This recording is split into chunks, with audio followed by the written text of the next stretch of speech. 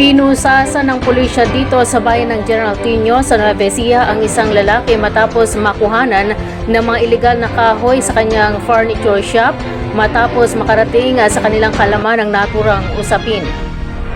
Sa ibinahaging ulat ng mga otoridad dito, nagsagawa ng search warrant ang joint team ng Special Maritime Response Team, HQ Maritime Group, Centro Cabanatuan at General Triño Police sa isang furniture shop sa Barangay Rio Chico dahil sa umano'y may mga iligal na kahoy sa nasabing shop. Nang halugugin ng team ang shop ay nakita nga nila dito ang iba't ibang klase ng kahoy na kinabibilangan ng mahogany, lawan, yakal at melina wood na tinatayang nasa 1,459 board feet. Ang nasabing mga kahoy na nagkakahalaga ng 78,480 pesos. Kasalukuyan nasa kustudya na ngayon ng General Triño Police ang may-ari ng shop at naharap sa kasong paglabag sa Presidential Decree 705 o illegal possession of lumber.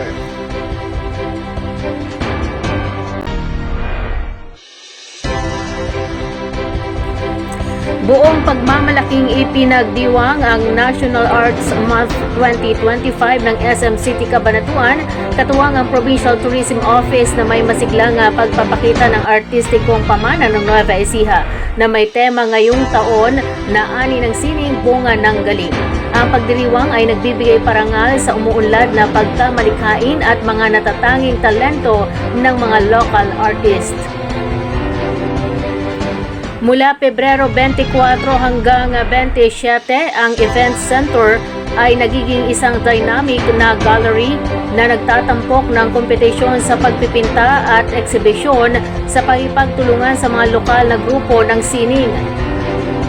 Sa pagipagtulungan ng Nueva Ecija Provincial Tourism Office at mga lokal na grupo ng sining, ang kaganapang ito ay nagsisilbing plataforma para sa mga lokal na artist upang ipakita ang kanilang mga obra maestra. Bawat isa ay sumasalamin sa kultura, tradisyon at masining na pagpapahayag ng Nueva Ecija. Sa pamagitan ng inisyatibong ito, patuloy na itinataguyod ng SM Supermalls ang lokal na sining at kultura. Pagbibigay kapangyarihan sa mga artist at pagpapalakas ng pagpapag-ugnayan sa komunidad sa pamagitan ng makabuluhang malikhaing karanasan. Hinihikayat ang lahat na ipagdiwang ang pambansang buwan ng sining at saksihan ang kagandahan, hilig at kasiningan ng pinaka-mahuhusay na talento ng Nueva Ecija. Manatili namang updated sa mga paparating na kaganapan sa pamagitan ng pagsubaybay sa opisyal na social media pages ng SM City Cabanatuan.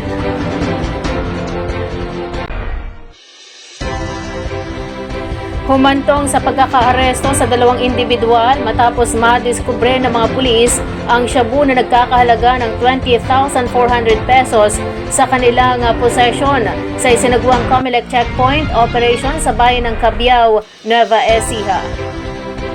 Sa ipinarating na ulat ni Police Major Hansen G. Miguel, officer in charge ng Cabiao PNP sa NEPO, bandang alas 10:20 ng umaga noong Pebrero 25 taong 2025, pinara ng mga tauhan ng Cabiao Police Station Alert Team ang isang Yamaha Mio Sporty na motorsiklo sa Barangay San Juan North, Cabiao, Nueva Ecija dahil walang suot na helmet. Kinilala ang driver na isang 22 anyos na vendor at ang kanyang 24 anyos na back rider, isang cellphone na promoter na nabigong magpakita ng lisensya sa pagmamaneho at mga dokumento ng sasakyan. Habang isinasagawa ang inspeksyon, napansin ng pulis ang isang medium-sized na sachet na hinihinalang shabu na nakasuksok sa baywang ng driver. Na-recover din mula sa back rider ang karagdagang drug paraphernalia na naging dahilan ng kanilang agarang pagkakaaresto. Isinagawa sa lugar ang tamang dokumentasyon at imbentaryo ng mga nasamsam na ebidensya bago dinala ang mga suspek sa Cabiao Police Station para sa kaukulang disposisyon. Isang kriminal na reklamo para sa paglabag sa Section 5 at 11, Article 2 ng Republic Act 9165 ang inihanda na ngayon laban sa mga suspek.